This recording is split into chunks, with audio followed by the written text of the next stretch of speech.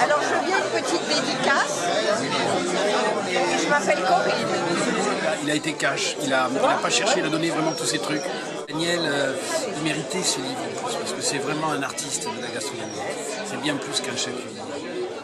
Et je crois que les gens ne s'y trompent pas, parce qu'il y a une fidélité autour de lui, il y a une cour d'amitié. C'est pas une cour de substitution ou une cour d'apparat, c'est vraiment une présence chaleureuse, comme on aime avoir autour de nous.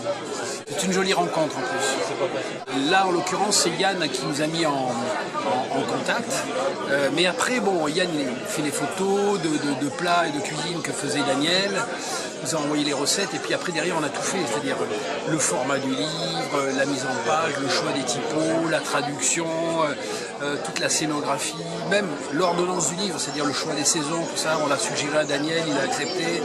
Tout ça, ça s'est fait après. Au restaurant où tu as François Mitterrand et Helmut Kohl qui sont là, quoi. C'est pas ordinaire, quoi, hein.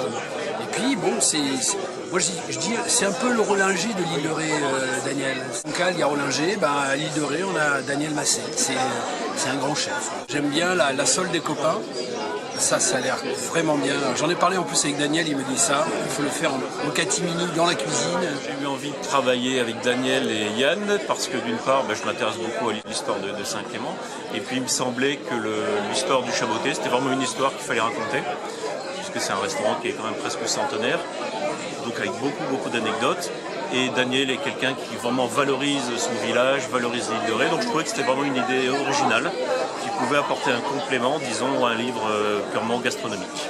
Les infos, je suis allé à la source, hein, c'est pas compliqué. C'est Daniel essentiellement qui m'a, pendant des après-midi entières, on a travaillé là-dessus, sur l'historique, qui m'a ouvert les archives finalement. Ses photos personnelles, des articles de presse, etc. Donc voilà, il m'a laissé libre choix en fait de traiter l'histoire comme je la sentais. On a pris la décision de faire ce livre avec Yann. On s'est dit voilà, moi je travaille, j'ai l'habitude de travailler les produits de saison. Je partais du principe qu'un produit est optimal qu'à sa saison.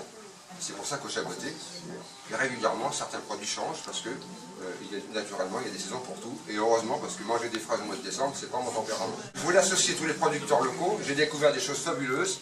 Naturellement, les moules de Charon, les messieurs Morin qui étaient là tout à l'heure, qui m'ont toujours donné des produits d'excellence qualité. Les producteurs locaux, dont les pommes de terre, dont la coopérative est présente, et je la remercierai bien après parce qu'elle a fait un gros effort pour nous. Donc, M. Jean-Jacques Guénet est présent. M. Barter, qui fait une grande communication, qui est le directeur pour la coopérative qui se bat depuis des années pour avoir ce produit label, qui est donc la pomme de terre primeur à hauteur de l'île de Ré.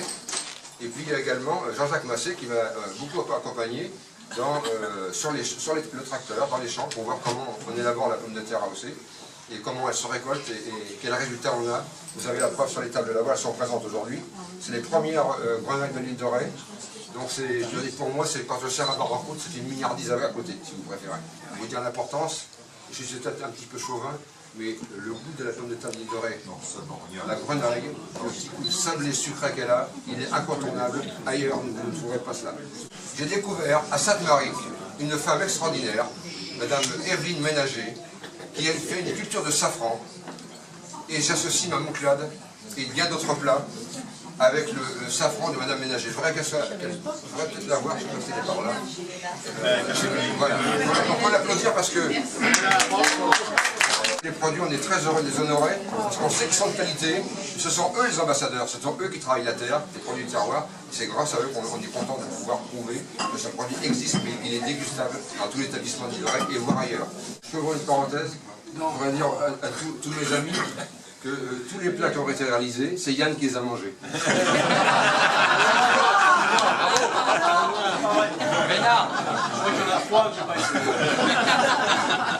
Quand on fait un livre, c'est vraiment on ouvre la boîte à souvenirs. C'est-à-dire qu'on se met dans une rencontre émotionnelle forte, et là je crois que tu peux en témoigner, où on donne vraiment totalement, l'auteur donne vraiment totalement de sa personne. Pour faire un beau livre, il faut des soutiens, et c'est parce qu'on a eu des soutiens qu'on a fait un beau livre. Il y a 3 ans, Dans la conversation, au hasard, j'avais dit à Daniel à quel point j'étais surpris qu'il n'ait jamais réalisé d'ouvrage gastronomique. Il a fait son chemin petit à petit. Et puis l'année dernière, tout début 2014, on s'est mis au travail. On a fait les premières photos, on a contacté Philippe pour parler du projet, pour parler de la façon de l'articuler, de le structurer. Et puis voilà, 1 an après, c'est un vrai plaisir de pouvoir voir ce livre en vrai, et c'est une vraie belle aventure. On dit ce qu'on fait ce qu'on fait. Je tiens à te remercier Daniel de m'avoir ouvert tes archives. À Odile également, qui est, je sais pas où. Travail. Elle est en train de nous servir à boire. Et donc, voilà. Comment ça marche un livre? J'y connais rien. Par contre, moi, ce que je veux, si je fais un livre, c'est le faire au fil des saisons, première chose. Parce que les poissons sont tous différents. À chaque saisonnalité, son produit, naturellement, puisque c'est le terroir de l'Île qu'on défend, sinon jamais de le faire. Et puis ensuite, quel type de photo il faut faire, est-ce qu'il y a des rubriques éventuellement gastronomiques, mais je voulais aussi associer l'histoire du Chaboté, il a 94 ans, 3 générations au fourneau, ma grand-mère Olga, Suzanne et moi qui ai repris la relève le 1er juin 84.